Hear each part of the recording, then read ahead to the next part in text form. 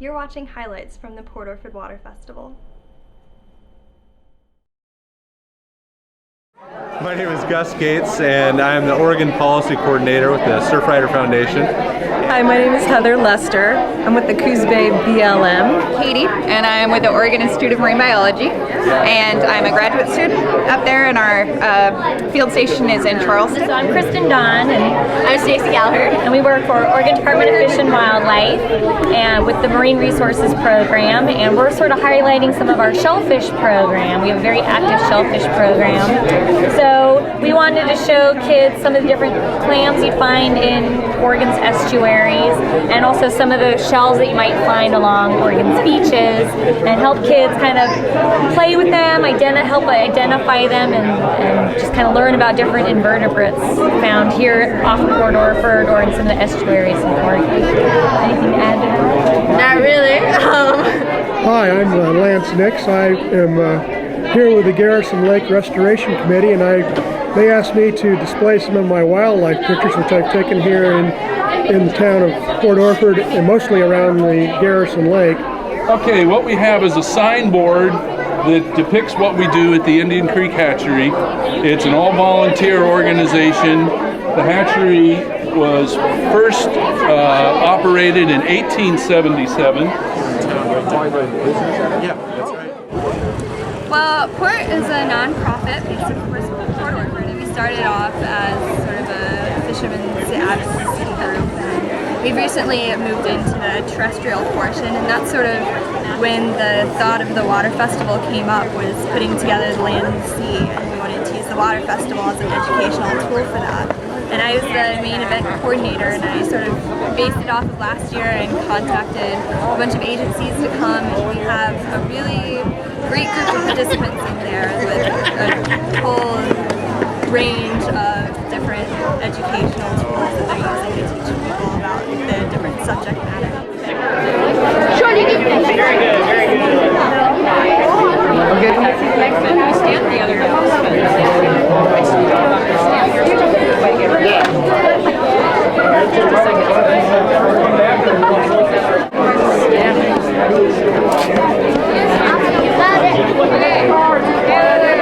How are you guys doing?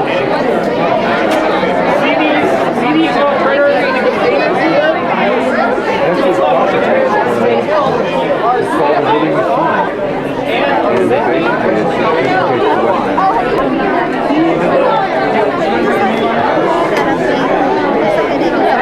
Nobody move.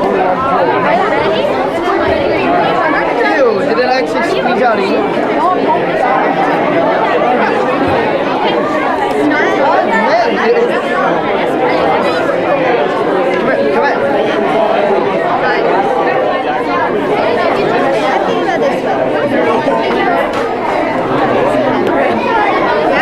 Here at the Water Festival, we're trying to teach the kids about sustainable practices and ways that they can save the resources.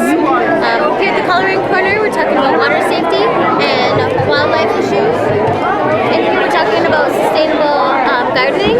We're having the kids plant some sunflowers and teach them how native plants will attract more native wildlife, birds, and we're AmeriCorps volunteers, and we're here. We're all at different spots in Oregon working on sustainability practice. I think it'll be a great day, and I hope everybody has lots of fun and walk away with excited to take care of the resources that we have and respect it and pass along.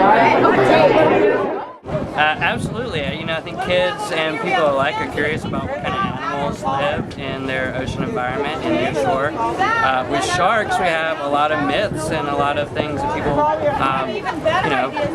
interpret one way or another about the shark's behavior and our interaction with them. And sharks are actually a really good indicator species of what's going on else in our habitat and elsewhere around our ocean. And so it's always great to sort of clue people into some of the adaptations and things that make sharks unique, and also make them an important indicator for ocean health and our ecosystem's health.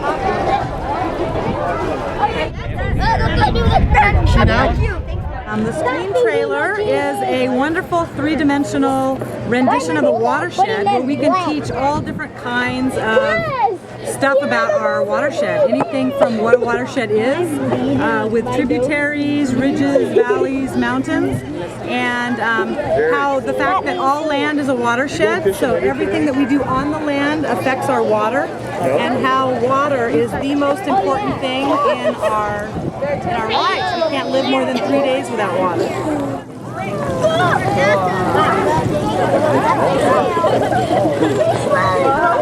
My name is Gus Gates, and I am the Oregon Policy Coordinator with the Surfrider Foundation. We've been pretty involved in the Port Orford Ocean Resources team and their stewardship area project for a number of years as a partner through our stewardship efforts, and we do a number of things like water quality monitoring on the local beaches and in the ocean. We do that with Pacific High School and the Science Lab, and so one of the things that we're doing here today is educating youngsters about impacts of plastics on the ocean, some of the things that they can do to make their oceans, waves, and beaches cleaner, and some of the gardening techniques that they can implement in their backyards to reduce non-point source pollution.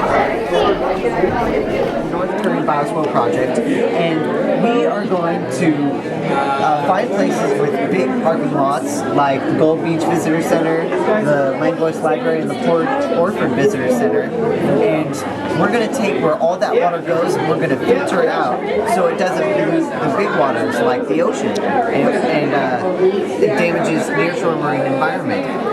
So you guys recognize this picture from the Battle Rock?